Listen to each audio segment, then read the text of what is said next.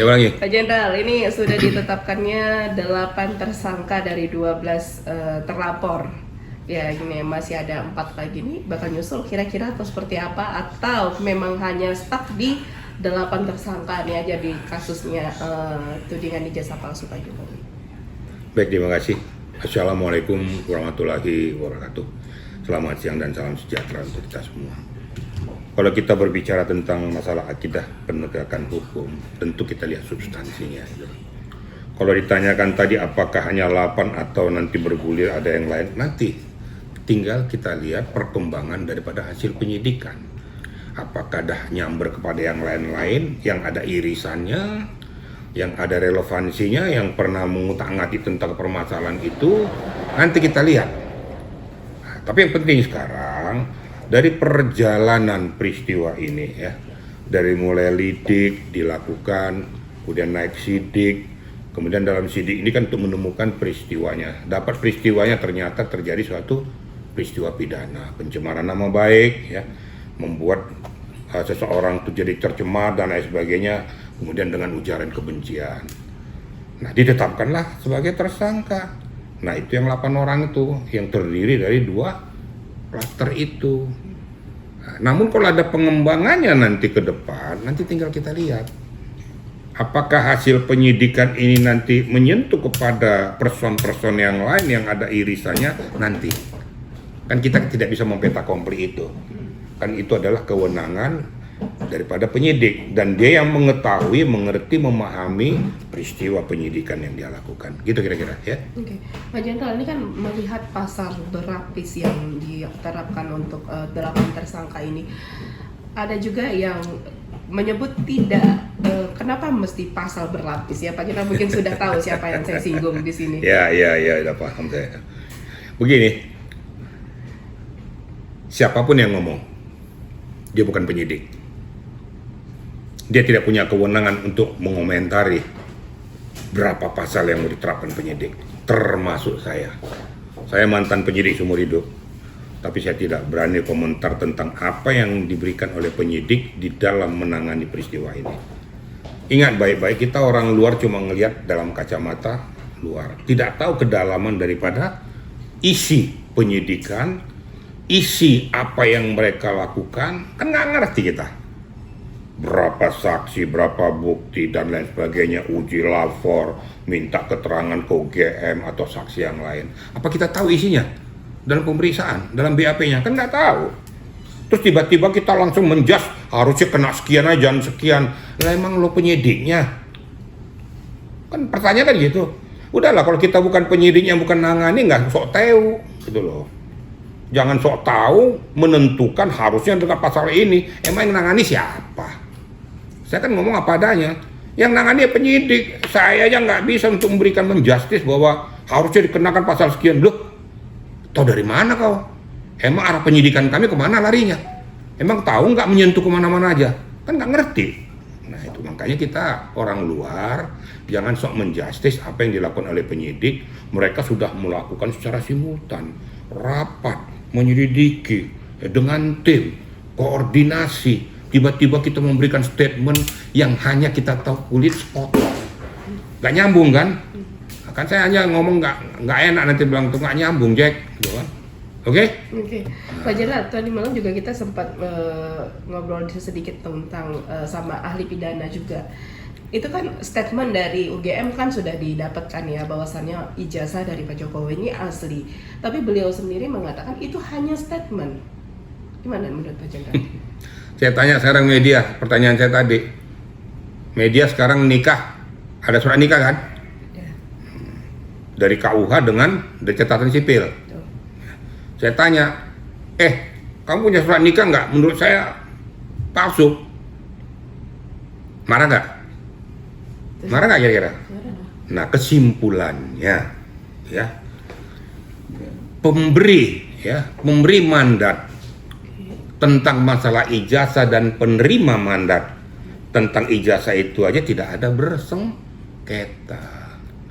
Jadi perlu saya sampaikan secara akidah hukum, yang namanya di petun itu adalah sengketa kebijakan atau keputusan yang bertentangan dengan undang-undang. Itu yang pertama. Yang kedua, yang tidak ada hubungan hukumnya dengan peristiwa itu tidak punya hak kewenangan untuk melakukan justice atau minta pembuktian.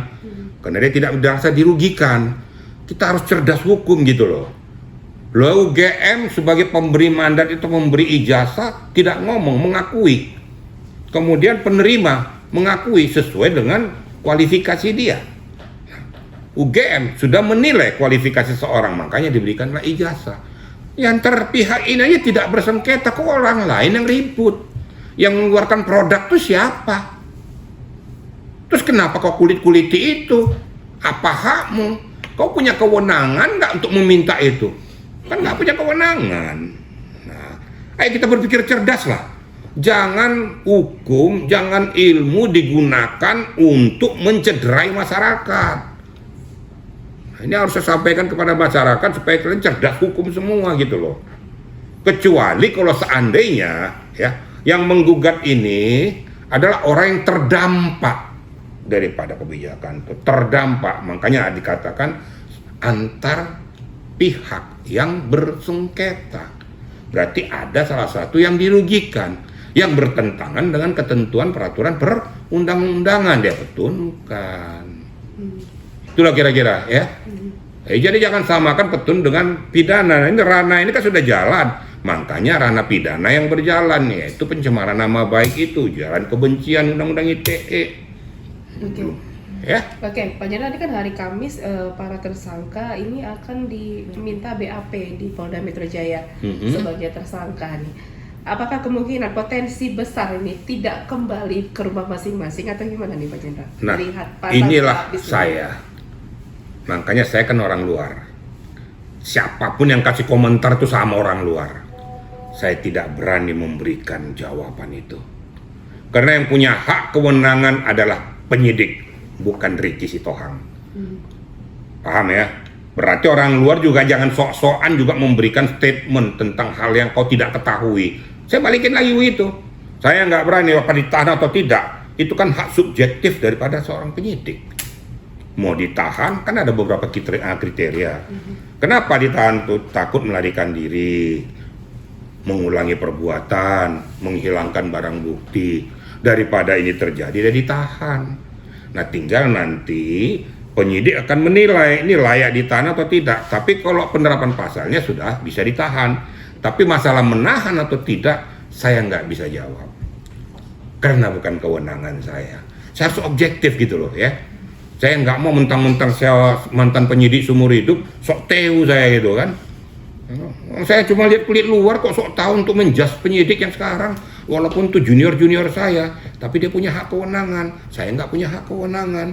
Jangan saya intervensi penyidik, nggak boleh. Gitu kira-kira ya. Jenderal, sedikit tadi kan Pak Jenderal bilang bahwa menanyakan apapun dengan pribadi dia, tapi kan berbalik dengan ijazah Pak Jokowi itu kan dia itu kan mantan presiden lah, ya kan, yang bisa harus dipertanyakan soal ijazahnya. Beda perkara dengan orang yang kita tanya, ini kan pejabat publik lah pertanyaan. Nah itu perbedaannya apa kalau pejabat publik untuk saya bertanya sekarang kepada media lagi, saya balikin. Pejabat publik mana dia? Kenapa? Itu yang pertama, mantan jangan bilang mantan, di sini kan bicara kita faktual gitu loh. Ya. Saya udah katakan KPU saja tidak bicara. Ya. Berarti bodoh dong KPU itu semua. Kenapa meloloskan jadi calon kontestan? Nah, itu dia pertanyaannya. Ya. KPU di provinsi bodoh dong, kenapa meloloskan? KPU di Indonesia bodoh dong, kenapa meloloskan seorang Jokowi? Dan ingat, berhadapan dengan kontestan yang sekarang Presiden Republik Indonesia. Ini pakai ilmu logika ya. Ternyata Pak Prabowo aja tidak protes. Bahkan di dalam kabinet yang kedua ikut menjadi menteri. Berarti langsung atau tidak langsung Pak Prabowo mengamini, mengakui keberadaan pemerintahan Pak Jokowi. Kenapa? Dia ada di dalamnya. Jangan diamputasi. Nah, kalau secara hukum Anda tanyakan, saya sudah jelaskan tadi. Yang tidak ada hubungan hukumnya, tidak punya hak kewenangan mempertanyakan hak privasi seseorang, ijazah seseorang. Yang berhak mempertanyakan adalah orang yang memberikan mandat itu. Kalau dia keberatan, yang saya katakan tadi UGM rasa saya tidak merasa memberikan ijazah sama ini. Saya tuntut dia, saya petunkan dia. Nah, itu baru. Kalau orang lain, mana ada haknya? Kedua belah pihak aja nggak bersengketa, nggak ribut. Walaupun pejabat publik. Siapapun itu. Nggak usah bawa pejabat publik di sini. Kita berbicara tentang personal. Apa yang dirugikan daripada seorang Jokowi kepada orang-orang itu? Nggak ada kan? Oke. Ya sudah itu aja. Kita berpikir positif aja gitu loh. Jadi Jadi nggak usah tergiring dengan opini yang dibikin oleh masyarakat yang menyesatkan gitu loh. iya, pertanyaan kan saya ke Pak Jenderal. Nah itu jawaban saya. Oke. Tapi dengan proses yang berjalan banyak perdebatan. Oke lah, proses dia sebagai mahasiswa atau sebagai fakultas keluaran UGM. Tapi dengan prosesnya itu yang buat jadi pertanyaan. Nah itu bagaimana menanggapi? Jawaban saya bukan itu. Jawaban saya cuma satu. Bukan berbicara tentang perdebatan, tapi berbicara tentang proses hukum. Oke. Kalau perdebatan di warung kopi juga bisa terjadi. Yang diperdebatkan kita juga nggak jelas. Karena itu tidak bernuansa hukum.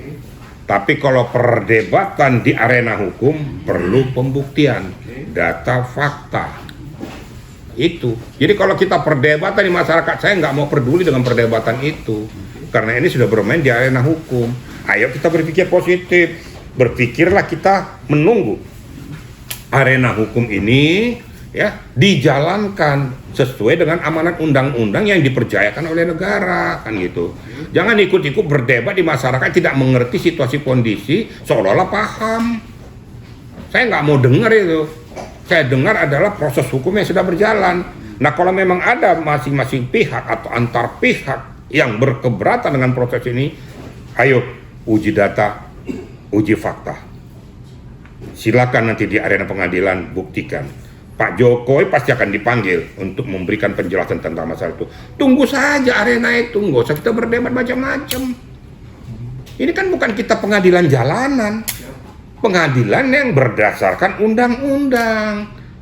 Kita kan orang berilmu, orang yang punya akal. Jangan ikut-ikut orang yang menyesatkan. Walaupun itu analisa. Analisa itu bukan hukum, analisis itu kan bisa salah, bisa benar. Betul. Tapi produk hukum itu pasti benar. Kan gitu. Karena dilakukan dengan uji pembuktian. Itulah kira-kira. Pasti dia akan bermain di arena undang-undang. Undang-undang sudah pasti. Analisis belum tentu. Paham nggak kira-kira ini? Nah ya itu aja. Jadi saya tetap berpijak kepada hukum dan perundang-undangan yang berlaku yang sudah disahkan, dan itu must be pasti. Karena undang-undang tidak bisa dibelok-belokin karena sudah tertulis 310 isinya ya ini, 311 isinya ini. Jangan mau-maunya saya yang bikin 310 ini. Gitu kira-kira. Ya. Jadi intinya tidak mencari-cari apapun dengan pasal yang hari ini banyak berbicara bahwa ini selundupan atau apa, nggak ada dengan proses itu. Ya nanti lah penyelundup mobil. Kalau penyelundup pasal emang lo yang nangani. Ini kan pendapat masyarakat. Ya masyarakat, pendapat masyarakat yang menyesatkan jangan diikuti. Nah makanya Pak Nah, bisa ya penyelundupan pulpen gitu kan. Tapi kalau undang-undang tuh nggak bisa diselundupkan karena datanya fakta, gitu ya.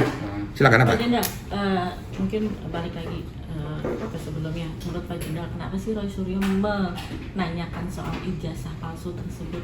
Kenapa? Mungkin Pak dari Pak Jenderal sendiri kenapa gitu dia sampai sebegitu? Nah, saya juga bingung. Kamu bingung, saya lebih bingung. Gitu. Sekarang begini, urgensinya apa? Terus kalau seandainya dia petik permasalahan, terus keuntungan bagi dia apa? Yang mau dipetik apa? Nah, harusnya Anda tanyakan kepada Roy Suryo, ada apa kamu sebenarnya seperti ini? Dengan mempersepsikan seolah-olah ini keterbukaan publik. Keterbukaan publik itu bukan seperti itu. Bukan berarti keterbukaan publik juga sesuka-sukanya.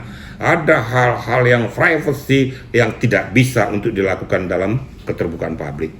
Keterbukaan publik itu yang bernuansa kepada publik. Baru keterbukaan publik, yang bisa ditutupi. Tapi kalau keterbukaan publik tentang hak privasi seseorang, itu nggak bisa. Itu dilindungi oleh undang-undang. Ada tuh undang-undang keterbukaan publik, bukan gebiak-kuya semua, enggak. Gitu kira-kira gitu ya. Oke, aman. Oke?